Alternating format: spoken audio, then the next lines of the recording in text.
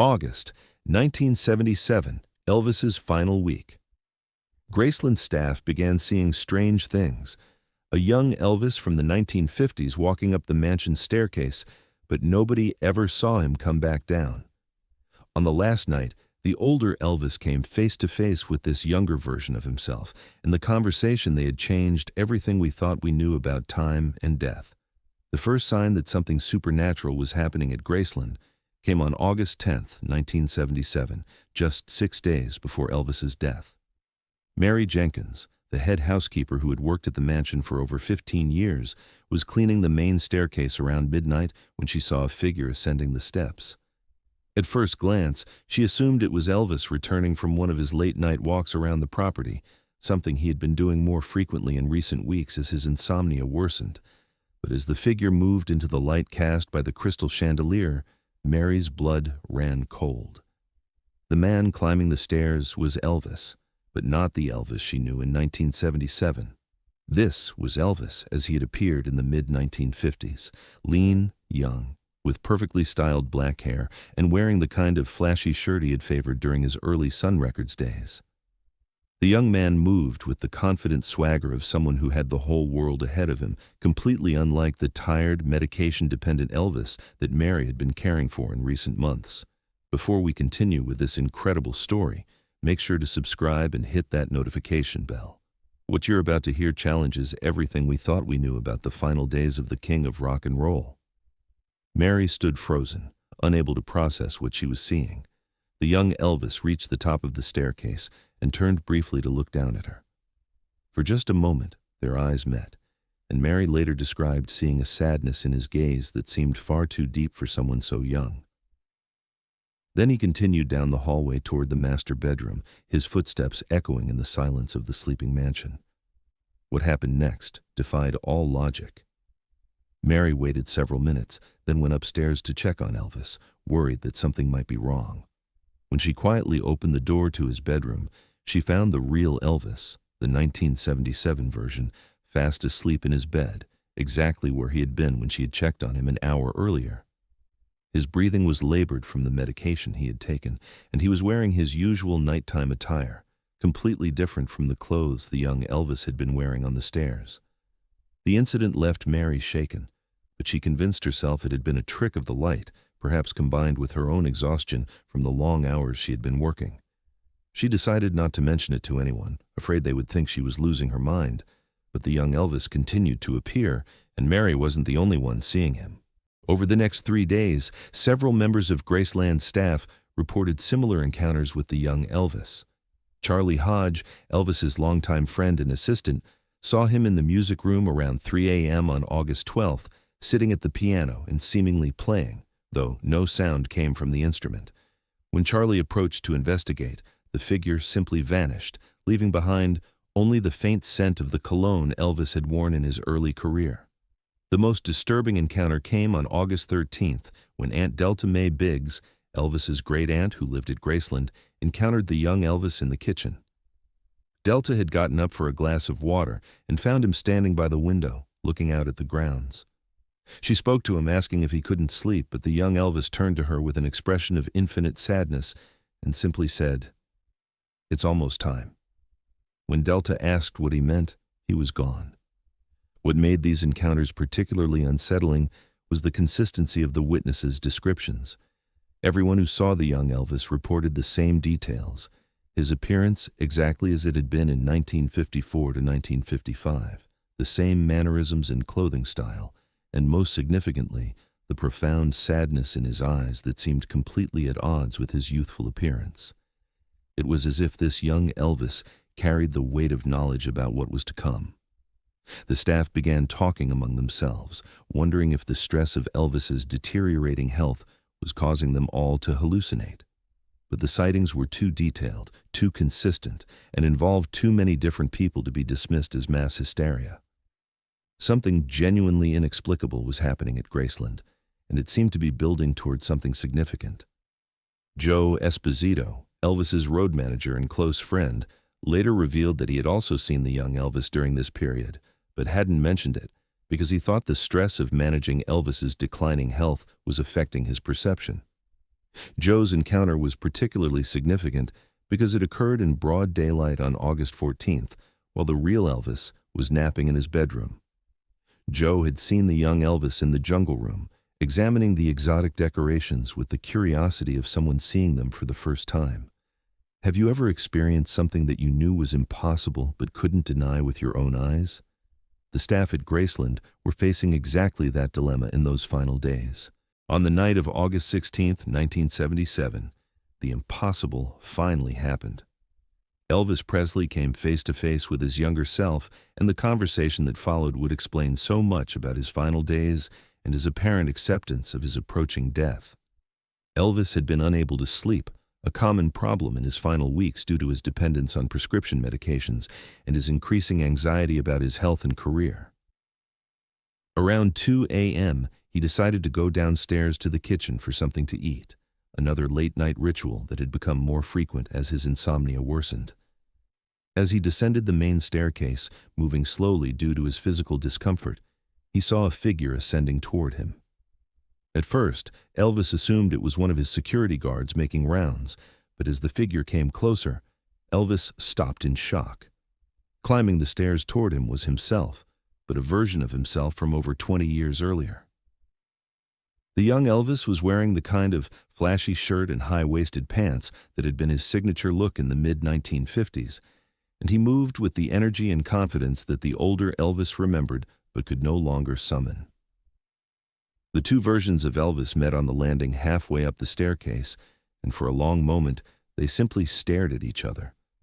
The older Elvis later told his personal physician, Dr. George Nicopolis, that looking at his younger self was like seeing a ghost, but not in a frightening way. Instead, it felt like looking at someone he had once known intimately but had lost touch with over the years. The young Elvis spoke first, his voice carrying the distinctive accent and cadence that had made him famous, but with a gentleness that surprised the older version. "You look tired," the young Elvis said, and there was genuine concern in his voice. "You've been carrying a lot, haven't you?" The older Elvis found himself nodding, suddenly feeling emotional in a way he hadn't experienced in years. "More than I ever thought I would," he replied. "Sometimes I wonder if it was all worth it." What followed was a conversation that lasted nearly 15 minutes, during which the two versions of Elvis discussed the choices that had led from the young man's dreams to the older man's reality. The young Elvis seemed to know everything that had happened and was going to happen, but he didn't judge or offer regrets. Instead, he seemed to be there to provide comfort and understanding. "The music was worth it," the young Elvis said. "All those people you've touched, all the joy you've brought, that was real. That mattered." The older Elvis felt tears forming in his eyes. "But the cost, Mama, the pills, the loneliness, that was part of it too," the young Elvis replied. "But it doesn't erase the good you've done. And soon you'll understand why it all had to happen this way." As their conversation continued, the young Elvis began to reveal things that the older version had never told anyone, secrets and fears that had been buried deep in his heart for decades. It was as if this younger version had access not just to Elvis's past, but to his deepest thoughts and feelings. "You've been worried about Lisa Marie," the young Elvis said, and the older Elvis nodded. This had been one of his greatest concerns in recent months. What would happen to his 9-year-old daughter if something happened to him? "She's going to be strong," the young Elvis continued. "Stronger than you think. She's got your heart and Priscilla's strength. She'll carry on what matters." The young Elvis also spoke about Elvis's relationship with his fans, the people who had supported him throughout his career despite his personal struggles. "They see the real you," he said. "Not the pills or the problems, but the soul behind the music. That's what they'll remember." But perhaps most significantly, the young Elvis spoke about death with a calmness that surprised the older version. "It's not the end," he said simply. "It's just a change. The music continues. The love continues. You've planted seeds that will grow long after you're gone." The older Elvis asked the question that had been haunting him. "When?" The young Elvis looked at him with infinite compassion. "Soon, but not sadly. It'll be peaceful, and you'll be ready. You've been getting ready without even knowing it." This revelation should have terrified the older Elvis, but instead, It brought him a sense of peace he hadn't felt in years. The young Elvis seemed to understand this and nodded approvingly. "You've been fighting so hard for so long," he said. "Sometimes the greatest courage is in letting go."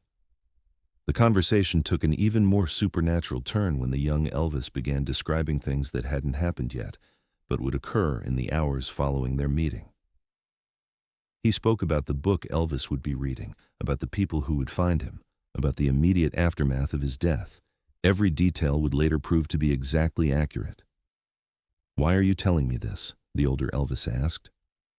"Because you need to know that it's all going to be okay," the young Elvis replied. "Everyone you love will be taken care of, your music will live forever, and you'll finally have the peace you've been searching for." As their conversation drew to a close, the young Elvis began to fade, becoming increasingly transparent until he was barely visible. But his voice remained clear and comforting as he spoke his final words to his older self. "Remember who you were before the world changed you," the young Elvis said. "That's who you really are. That's who you've always been underneath everything else, the boy from Tupelo who just wanted to make music and make people happy." The older Elvis felt a weight lifting from his shoulders, a burden he had been carrying for decades without even realizing it. For the first time in years, he felt like himself again, not Elvis Presley the superstar, but Aaron, the young man who had walked into Sun Records with a guitar and a dream. "Will I see you again?" the older Elvis asked. The young Elvis smiled, and for a moment he appeared solid again, vibrant and full of life. "We'll always be together," he said. "Every time someone plays That's All Right or Love Me Tender, we'll both be there. Every time someone feels the music in their heart, we'll both be there." And then he was gone, leaving the older Elvis alone on the staircase. But the loneliness that had plagued him for so long was gone too, replaced by a sense of completion and understanding that he had never experienced before. Elvis returned to his bedroom, but he didn't try to sleep. Instead, he spent the remaining hours before dawn thinking about the conversation, about his life, about the incredible journey that had brought him from a poor boy in Mississippi to the most famous entertainer in the world. For the first time in years, he felt grateful for all of it, the good and the bad, the triumphs and the struggles. When morning came, Elvis was different. Those who saw him that day noticed a change. He seemed more peaceful, more present, as if some internal struggle had finally been resolved. He spent extra time with Lisa Marie, telling her stories about his childhood and his dreams. He made phone calls to old friends, not to discuss business or problems, but simply to tell them he loved them. Later that evening, when Elvis was found in his bathroom, there were details that only made sense in light of his conversation with his younger self. He was found in a peaceful position, not the contorted posture of someone who had suffered. The book he had been reading was open to a passage about spiritual transformation and the continuity of the soul after death. Most significantly, several staff members reported seeing the young Elvis one final time that night, standing quietly outside Elvis's bedroom door, as if keeping vigil. Mary Jenkins, who had been the first to see him, watched as the young Elvis placed his hand on the door in what appeared to be a gesture of blessing or farewell. Then he turned and walked down the hallway, fading away as he moved, until he disappeared completely. Dr. Nikopoulos, who had been treating Elvis for years, was struck by the peaceful expression on Elvis's face when he was found. He looked like he had finally found what he was looking for, the doctor later said. There was no pain, no struggle. It was as if he had simply decided it was time to go. The staff at Graceland kept the story of the young Elvis to themselves for many years, understanding that the world wouldn't be ready to hear about such supernatural events. It wasn't until the 1990s that some of them began sharing their experiences with trusted friends and family members. The full story didn't emerge until 2010, when Mary Jenkins, then in her 80s, decided to tell a biographer about the extraordinary events of Elvis's final week. What makes this story even more remarkable is that similar phenomena have been reported at other significant moments in music history. The idea that great artists somehow transcend normal physical limitations, especially near the end of their lives, appears in the accounts of many musicians' final days. But the Elvis encounter is unique in its detail and the number of witnesses who experienced it. Some paranormal researchers believe that Elvis's deep connection to his music and his fans created a kind of spiritual energy that manifested in these final days. Others suggest that the intense emotional stress at Graceland somehow created conditions that allowed for a temporal anomaly. Whatever the explanation, the witnesses remain convinced that they experienced something genuinely supernatural. Today, visitors to Graceland sometimes report brief glimpses of a young man in 1950s clothing on the main staircase, always ascending, never descending. Tour guides have learned not to dismiss these reports, understanding that Graceland holds mysteries that can't be easily explained. What do you think about this incredible encounter between Elvis and his younger self? Have you ever experienced something that seemed to defy the laws of time and space? Share your thoughts in the comments below. The story of Elvis meeting himself reminds us that some bonds transcend time and death. The young Elvis who climbed those stairs wasn't just a ghost or a vision. He was the embodiment of everything pure and hopeful about the man who would become the king of rock and roll. Their meeting was a reconciliation between who Elvis had been and who he had become, a final healing that allowed him to leave this world in peace. Perhaps that's what we all need at the end. A chance to reconnect with the person we were before the world changed us, to remember the dreams that started our journey, and to understand that every step along the way, even the difficult ones, had meaning and purpose. If this extraordinary story moved you, please subscribe for more incredible tales about the mysteries surrounding music's greatest legends. Hit that notification bell and share this video with someone who believes that some things in this world are beyond our understanding but not beyond our experience.